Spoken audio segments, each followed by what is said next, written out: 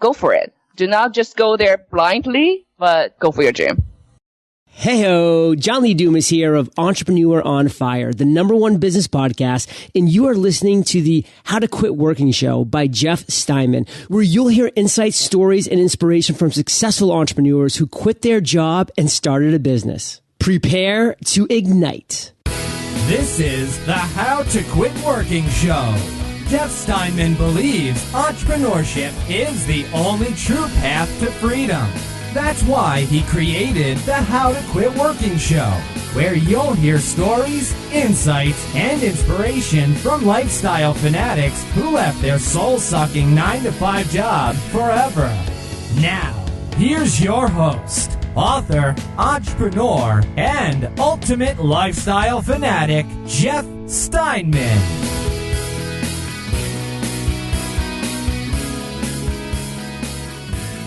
Hello and welcome to the How to Quit Working show. We got a fun show coming up today because we're going to talk to Amy Zhang. Now, Amy was doing financial accounting for hedge fund companies. I mean, it sounds so boring, but Amy's very adept at that, and she was able to actually use that situation where she was doing that for other companies to leverage it into her own business, and she did it quite brilliantly. And the next couple of guests on the show, I've asked them to speak very specifically and very candidly about how did they handle the financial transition from having their own, or from working for somebody else to actually having their own business, and how did they deal with that financial struggle in there? Because we all know you don't make money in a business overnight. You can do it really quickly, but there's always going to be some kind of transition there. And Amy and the next couple of upcoming guests are going to be talking about that. So I'm really excited about that because I think it's a great way to remove those barriers between you and quitting your job and starting a business. And I know one of the biggest things that you worry about is, how am I going to deal with this whole money thing? I got bills to pay. Before we talk to Amy, I want to invite you, as always, to go over to the How to Quit Working group on Facebook. You just get there by going to howtoquitworking.com/group and click Join Group and take place in the conversation that is over there. And one of the things that I frequently do out in that group is I ask people what kind of questions they want to hear me ask my guests on the How to Quit Working show, or what kind of topics they'd like covered. So go over to howtoquitworking.com/group, click on Join Group, and you will be taken over to Facebook, and you can jump in there and be part of the conversation, not only in the group, but have a contribution into the questions that I ask these wonderful, amazing people here on the How to Quit Working show. Now, let's talk to Amy Zhang. Amy, welcome to the show. Thank you for having me. Oh, I'm glad to have you here. Now, you worked as a financial auditor, and then you made a transition. So this is interesting because you sort of worked in the financial industry, and we're going to talk a little bit on this show about how you manage the financial aspects of going from working for somebody else to having your own business. Tell us a little bit about what you did before you started your business and what made you decide to start a business. Well, to answer your first question, I was doing auditing for hedge funds in my previous job as an audit manager. And back in 2010, that's when you have the whole financial crisis, and hedge fund is one of the issues that got hit. Yes. And unfortunately for a lot of hedge funds, even though their assets level has gone down significantly, the performance may not be as desirable as they wish. They still have to have all the service providers, including auditors, administrators, to help them to go through the day-to-day operation. I see. So you were working in doing auditing for these hedge fund firms. So you would kind of go through their books and make sure they were doing everything correctly, right? Yes. Okay. And while I was going through their book, I was paying attention to what kind of expenses that are hitting them most that they cannot get rid of. And one of the fees that they're paying, which is pretty high comparing to a smaller asset level, is actually the accounting administration fee. Okay. So when I was looking at that, I was like, okay, I am the auditor, and obviously I audit the accounting books, and I'm fully capable of doing the accounting book correct from day one. So I basically see the need for a very qualified accountant/administrator, but at the same time, I noticed that they're needing someone who is cost effective. Well, so this is so interesting. Okay, so you were in there, your sleeves rolled up, maybe your pant legs rolled up too, wading through the books of these hedge funds, and you see that they are paying out these accounting expenses, accounting administrative expenses, and then you looked at that, and you're working as an employee at that point, and you looked at it and you said, I think I can do that better. Exactly, for a fraction of the price. For a fraction of the price. Okay, so you had some really good information about how you could, wow, this is so cool, because in your job, you actually got inside information about how you could offer something better than these companies were currently getting. Yeah, exactly. And for me, I don't see that financial recovery to be happening overnight. So I feel, well, I know a lot of people are scared at the time, but I feel just like Warren Buffett was saying, be greedy when everyone else is afraid. So that's when I decided maybe this is the time for me to put my foot down, like just build the foundation for administration business. And hopefully when the economy turn around, I will have already built a track record. I will have already had the network built up, and I will be able to, just continue to grow on that foundation. Amazing. So, what was the first step when you made that first step? You're working this job and you see this opportunity. What was the first thing that you did that was a real concrete step towards that? I'm not sure if it's concrete. I guess I would just say a few things I did look at because I'm an accountant by training. Mm-hmm. I started looking at my financials. Your own personal financials. Yes, my personal financials. Because I know there will be some, time before I can start getting my first client, getting paid and all that. And I want to make sure, I'm financially secured, that I don't get too desperate financially and took up the wrong client. For CPAs, the worst thing that you want to do is really to pick up the wrong client and have your reputation ruined, because that's basically your bloodline. I see. Your credibility. So what you were concerned about is you wanted to make sure that you didn't get yourself into a personally desperate financial situation that would require you to take on any client, and potentially the wrong client, the client that you can like they're in such a bad place that you couldn't help them, and it would actually ruin your reputation. You could end up taking some of the blame for their bad situation. Is that right? Yes. Okay. And there are some bad seeds in the industry, and hedge fund is not an exception. So I just want to be cautious of that. Okay. And so I just look at my own financials. I was in a pretty good shape at the time, personally. I don't have any mortgage for a home or car, no student loan, and then I was single, Wow, okay. So you were single. You didn't have any kids, I assume. Yes, I did not. Okay. And you didn't have any debt either. Yes. Well, I think the real question is, how old were you at that point? I was turning 30, and that was one of the triggering point for me as well, actually. Well, now that's fascinating, because there aren't a lot of people who are 30 years old and don't have any debt. Well, I have been living like a typical Asian, I guess. I think that's a generalization, okay. But I do not like to take on debt. And one of the reasons why I was looking at my financials so attentively is also because I do not want to take on any debt for my business. I know I could possibly get a small business loan, but I guess it's just not in my gene. It's just too much of a stress and pressure point for me. Sure. So for me, like from my undergrad all the way to grad school, and both of them were in accounting, I did it through scholarship. And I also have my on-campus job to kind of help a little bit here and there. And luckily, my family was able to help out with some of the tuition and living costs. So that's kind of explain why there's no student loan to begin with. Okay. And on the other hand, I wasn't planning to buy a house at the time until I was able to, put down a significant amount of down payment. So for better or for worse, I don't have any home mortgage at the time, being single as well. So yeah. Yeah. Now you said something interesting. You said that you lived like a typical Asian. and you're originally from China, right? Right. Now in the U.S., as I said, it's not normal to be 30 years old and not have any debt. Is that more typical in China or in other parts of Asia? It is very typical. Even including significant purchase, Asians just do not like to take on debt. Okay. A lot of them would try to save up as much as possible and go out and, make cash purchase, even for a big purchase like real estate.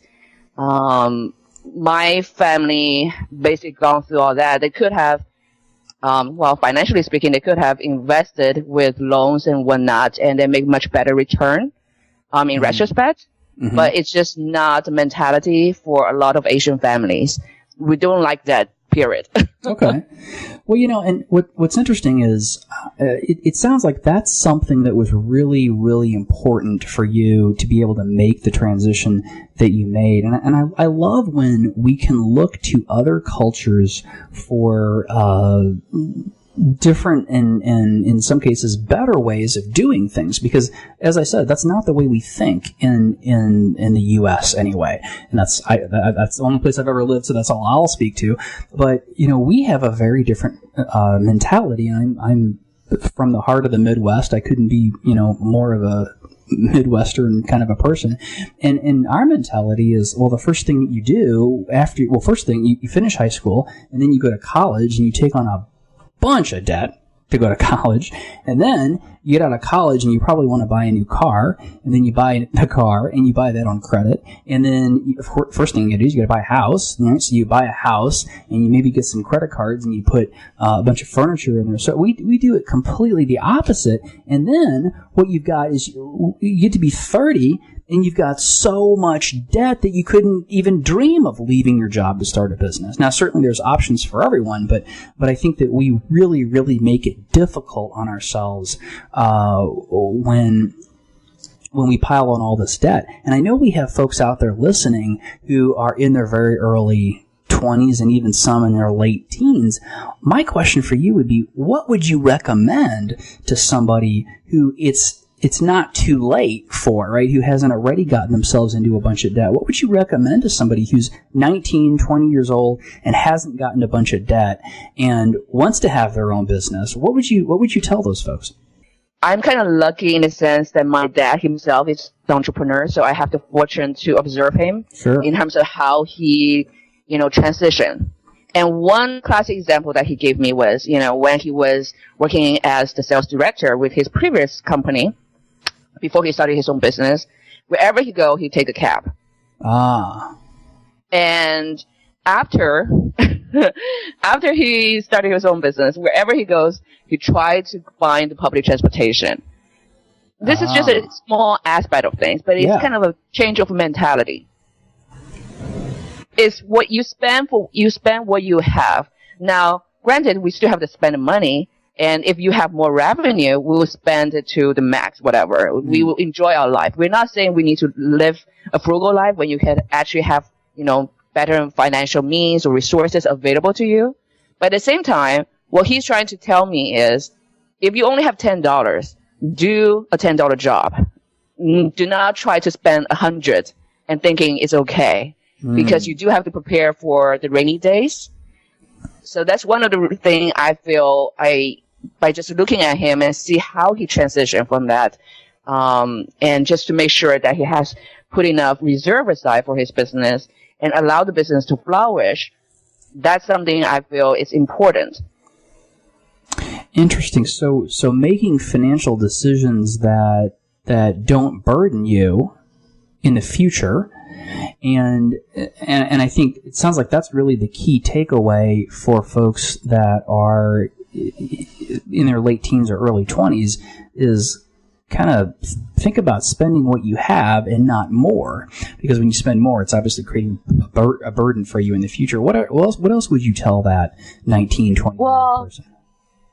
Yeah, I think that sounds very, very simple, but I think a lot of people actually do not pay enough attention to that. The other thing that you mentioned earlier is getting a car right out of high school. And again, in my family, we always try to stress what is necessary and what is a must. Now, don't get me wrong, is that we do not want to say, oh, if you want to get a new computer for your school, for your work, it's necessary, it's good for productivity, we're going to stop you from doing so. No.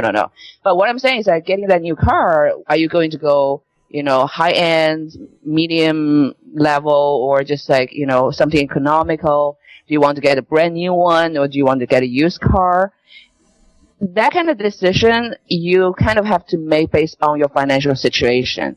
Now, for me, when I started my firm, I actually talked to several people, and including business owners themselves. And I remember one day I went in to meet with this other CPA owner, and I was carrying one of my old purchases from the old days, a Louis Vuitton bag. And we were just talking, and then towards the end, he was very nice. He very nicely brought it up and just said, "Hey, Amy, I noticed that you're bringing in a designer handbag. You do not want to bring that designer handbag to your client's meeting."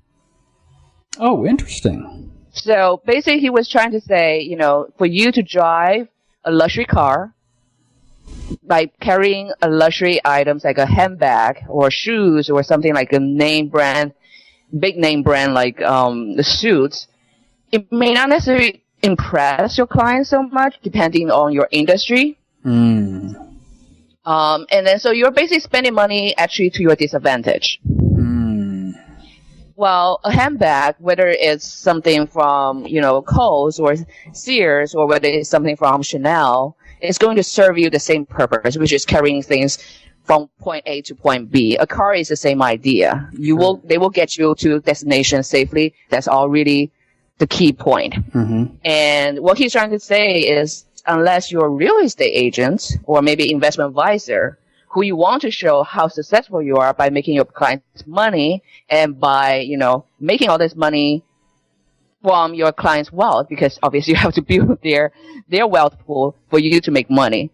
Then maybe you can go for luxury items showing up in the client side. But then if you're someone like me, a service provider, the client will be thinking, well, you're probably really ripping me off, charging me a lot higher than other service providers for you to afford this kind of luxury lifestyle. Interesting. Very interesting. So now you're talking a lot about being frugal and being responsible with your money, but it doesn't sound like you're somebody who is suffering, right? I mean, you obviously like nice handbags, right? And we know you have a Louis Vuitton handbag. So yes, I think. Do you think that being responsible about money? Do you think that it necessarily comes with sacrifices of luxury? I don't think so, because again, my mentality is, if you have $10, spend the amount, you feel comfortable with, but not exceeding $10. If you have $100, spend up to maybe 80, whatever, that you feel comfortable with. So my luxury purchase was made during the time I was with my previous firm, when I have, paycheck coming every single, 2 weeks, and I have, again, no debt whatsoever. So I feel comfortable to spend up to a certain limit, including that luxury purchase. But then again, once I started a firm, I actually stopped buying any handbags or shoes, even new clothes, period.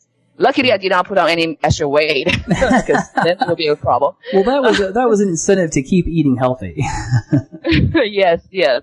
But then at the same time, it's a choice. And for me, I don't feel personally I suffer from it, because it's kind of like having a baby, like parents having a baby, and you feel, oh, you're making all the changes, but do you really feel so much suffering? I don't know. In my mind, it's not. It's like investments. I'm making all these adjustments so that I can invest in my baby, which is my business. It is a difficult change. For example, I moved away from downtown San Francisco to, 1 hour away, and moving from, when I was living by myself for, 4+ years in San Francisco, to moving together with my friend, have to share places, it's a big change. Yeah.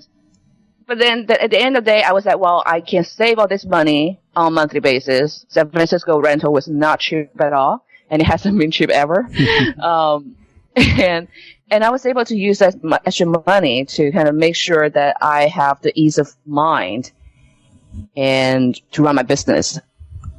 So for me, it's it's a very well, it's a sacrifice, but then I don't think it's a suffering for me. I just don't see it that way. You know, I think the key, Amy, is the way that you look at it. You don't look at it as a sacrifice because you know that what you're doing, and maybe not buying a lot of handbags or designer clothes, is it's foregoing something that you love, but you're doing so in exchange for something that is even more important to you. Yes, and that is my future. Your future. Career-wise, my future. I didn't mention this before, but when I say my future, I'm not just saying in terms of job perspective, but I'm also thinking from, long term, including my future family. As I said, I was single at the time, but I was 30 and I was obviously considering the prospect of starting a family. So when I started the business, I was also visioning if it can get stabilized, that would mean I would probably be able to do a lot of the work from home, being a business owner, and I will allow myself to spend more time with my future family, including kids down the road, whatever. So for me, it's like I am shooting for a dream, not just for a year or two to come, but really for the rest of my life. So if you think of it in that kind of big picture, this 1, 2 years or 3 years or 4 years of, selfish dreams is nothing. Wow. Great stuff. Tell us a little bit more about, we know that you eliminated the debt issue of making the transition. Tell us a little bit more about how you manage that. I know you moved in with some roommates. How else did you financially manage that transition? Well, there were several things I did. Obviously, I mentioned the whole moving part, which is cutting down, month to month. But then that really is just cutting off the expenses. That doesn't necessarily mean that I have, the resources. But then, again, I was pretty conservative to begin with. So I have put aside some money even before I started a firm in stock market, and I sold half of my portfolio at the time to try to kind of get some starting funds started. And I also look at the things I need to build my business and figure out what are the things that I could possibly learn to do it myself. Now, quite a few things I did myself, including like website building. The one that we have right now is brand new, but that's something that we did later when I had more money in the firm. But before, I built a whole website myself by using some website hosting service like Yahoo. And then I also did my own search engine optimization, and I did my own public relations, basically having coffee meetings every single day. I do not have the resources to hire someone to go out there and represent me and pitch my business and all. So I have to be out there every single day. And that's something I did as well. And in addition, I think the whole transition from, being an employee to being your own boss, you have to learn a lot on the job. And I try to, just read, basically just like what you do in any other business. If you cannot learn on the job, you read about it. So that's the other thing I did. Amazing stuff. So how long has it been since you started your business? Since 2010, so it's been 4 years. Okay. How are things going now? It's been great. I could not ask for anything better. I think things really turned around back in 2 years ago when my first client signed on towards the end of the first year. Okay. And that was like an icebreaker. And things started rolling because I feel a lot of times people are watching by saying how long you have been in the business. Oh, once believe that. That is so true. Yeah. A lot of people were the first year I met with them, when I pitch a business, some of them may ask the question, some of them may have the question back in their mind, but not asking it. But the question I got is, how do I know you will still be in business tomorrow, next year? How would I be able to trust you with my fund if you're going to just say, oh, this is really not my thing, I'm going to get out of it? Because small business failure is just so common. Yeah. And one of the things I try to explain to them is that, I'm here to say, I sold my portfolio. I have the money. It's not a money issue. It's something I'm passionate about. And I show my track record over the year and two, and people start turning around and say, hey, this girl seems to be sticking around for long enough that we could throw her a bone on to, And people start referring clients over to me in the service provider world, and I got some traction from industry as well by just kind of going around. It did take a lot of hard work.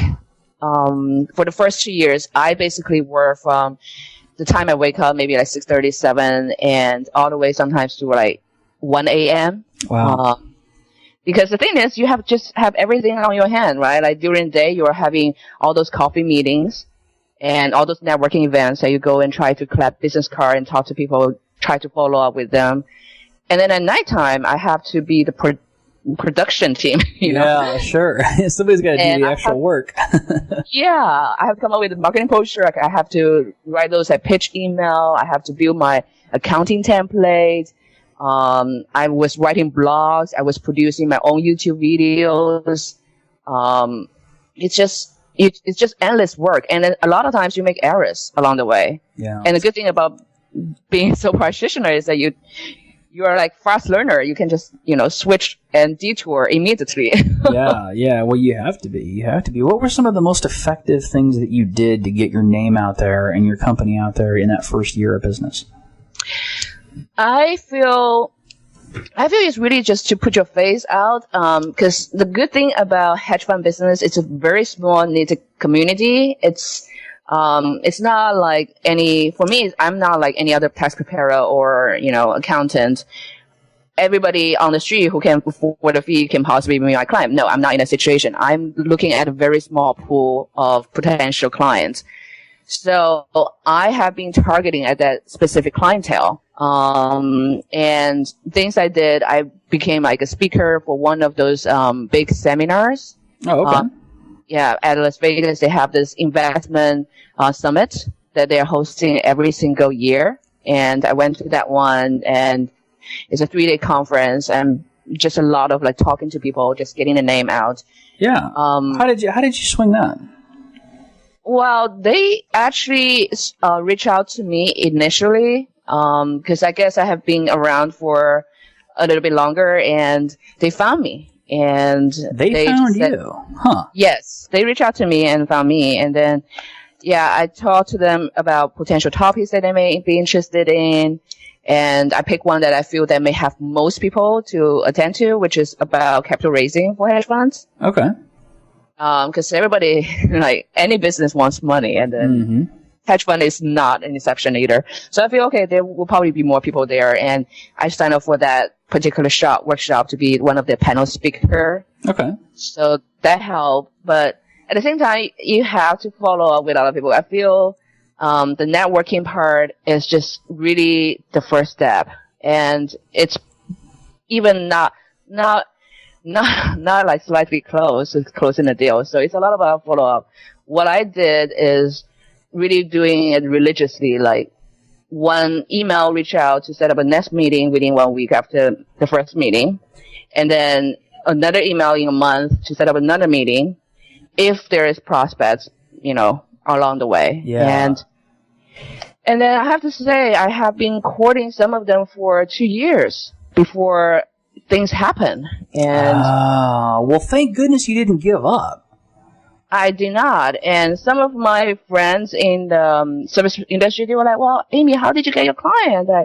Thank you for referral, but we want to know how do you get them? And I was like, well, I met this guy 2 years ago. I've been talking to them the whole time. Don't you think a lot of people don't stick with it? They don't stick with the prospecting for 2 years. They give up after a month or 2 months or a year. Well, I think there is a judgment call in that. I personally don't feel it's a good idea to just kind of stalk them all the time, because nobody likes that. I have been, approached by other service providers as well. So I kind of get a feel of, what is the limit that you can do. Sure. And one way that you can also do is by going to all those networking events. As I mentioned, I was attending a lot of them. you will run into those same crowd over and over. So it will look like, oh, it's not like you're picking up the phone or emailing necessarily and asking them how they're doing, whether they're looking for administrator now. Well, you just bump into them at those events. And then you just casually pick up a conversation. Hey, I know, Joe, you were talking about, thinking about potentially starting. Are you running into any trouble? Like, we may not be an expert in everything, but we probably know someone that you can talk to. And just by offering help, but not necessarily like selling your service directly, you will kind of ease off on that pressure on them. So not always selling every time that you follow up, but offering value to them.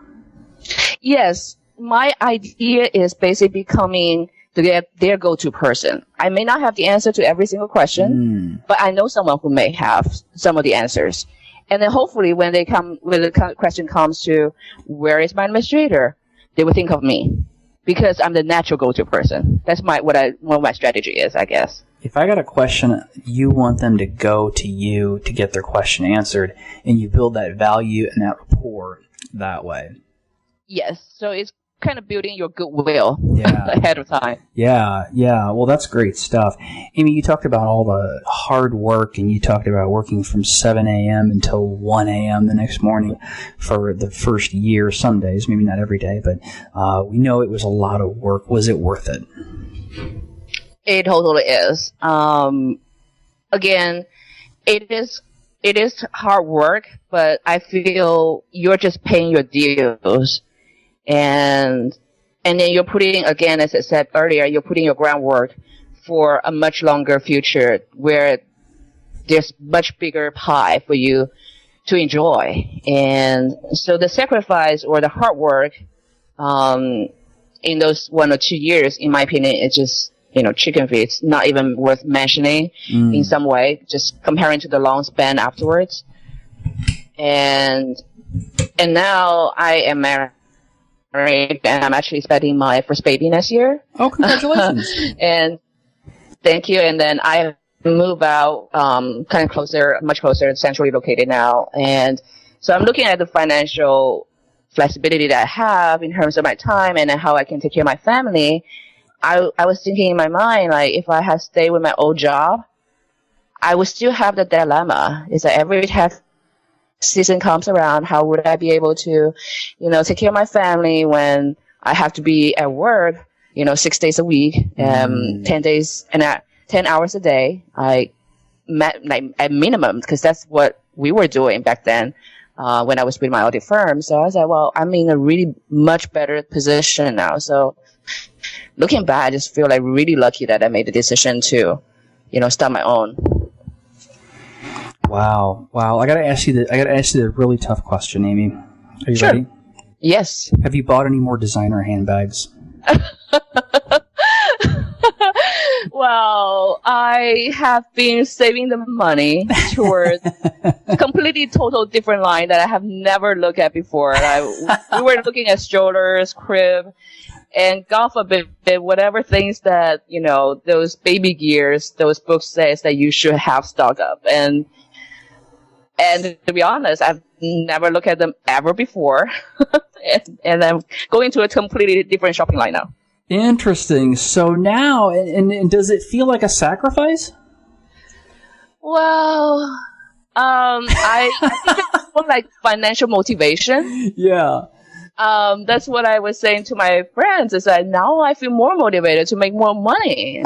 So that you can buy the crib and the stroller and all the stuff that you need for the baby and those really expensive handbags. Exactly. So that's like, yes, let's work harder, let's work smarter. I was hoping that you would say you're so excited about having a baby that you don't care about the handbags, but you want the baby and you want the handbags, and I congratulate you for that. Amy, you deserve to have the baby and the husband and the handbags and everything in the entire world that you've ever wanted. So I wish you the best of luck with that. And you don't need luck; you're going to have it because you have really got your head, you got your head in the right place, and you're just doing amazing things. It's inspirational, and it's an honor to talk to you and hear about all the amazing things you're doing. Amy, what is your definition of success? Well, for me, it's really happiness, a consent of your current status. being happy, just having the things that you want in life, and you're well on the way. Amy, what's the last piece of advice that you want to leave our listeners with? I would say go for your dream. Just be cautious along the way, and be careful about, things that could possibly go wrong, but still go for it. Do not just go there blindly, but go for your dream nonetheless. Amazing stuff. Amy, where can we go to get more information about you and your company? Well, you can go to my company website. Again, it's brand new, so it's pretty user-friendly. Cool. www.affinitycpa.com. We have some information resources available out there for, current industry events. If you are in the hedge fund industry that you want to go to some networking events that I was mentioning, we have posted on a monthly basis all those upcoming industry events there. We have hedge fund tutorials. As I mentioned, there's a YouTube videos. It's only 15 minutes per video about how to start hedge funds. So it's a lot of resources on our website that, some of the people who are interested in hedge funds may find it helpful. Excellent. Well, if you want to start a hedge fund, or if you already have a hedge fund and you need some help with that, go to affinitycpa.com, and that'll be linked up below. Amy, thanks so much for coming on and sharing your story. It's an inspiration. I love the perspective that you brought to the table, and I admire everything that you're doing, and I wish you the best of luck with everything that you do in the future, and congratulations on the baby. Oh, thank you so much, Jeff. It's a pleasure to be on your show. Was that some great insights and advice from Amy? It was really interesting about that was we really got into some unique stuff that I'm not sure we've ever really talked about on the show. I think one of the points that she made was, you do have to make sacrifices when you're starting a business, and I've made plenty of them. I'm still making them. But the thing is, when you really get your mind around the bigger things that you're starting a business for and the bigger reasons why you're starting a business, they don't feel like sacrifices anymore. And, I think that Amy talked about not being able to buy the designer purses anymore, and I can certainly understand what that's like. But I can tell you that when you're thinking about something bigger, it doesn't feel like a sacrifice anymore. So, and I know, and I feel strongly about this because that's one of the things that kept me in the corporate world for a very long time, is I didn't want to give up my steak dinners and my fancy red wine and all that stuff that I really liked. But the sacrifices are definitely worth it. And note how Amy did not hesitate for 1 second when I asked her if it was worth it. Now, if you want to make big changes to your life, quit your job and start a business like Amy did, we are here to help. If you want more information about how to quit working coaching, or to schedule a complimentary coaching session with Heather, the How to Quit Working coach, you can go to howtoquitworking.com/coaching, and you're going to find all the information that you need there. So again, that's howtoquitworking.com/coaching, and you can have a personal guide as you go through the process of quitting your job. And not any personal guide, but a personal guide who has been through it and knows exactly how to push you through those obstacles and those hurdles that you might be facing. So go to howtoquitworking.com/coaching, and I will talk to you next time on the amazing How to Quit Working show, where we're going to talk to more amazing people just like you who quit their job and started a business. Thanks for joining us on the How to Quit Working show. Tune in next time when we'll talk to another amazing person just like you, who is now living the ultimate life of freedom and doing it on their terms. If you want to learn how to quit working and get these episodes delivered directly to you, visit howtoquitworkingshow.com.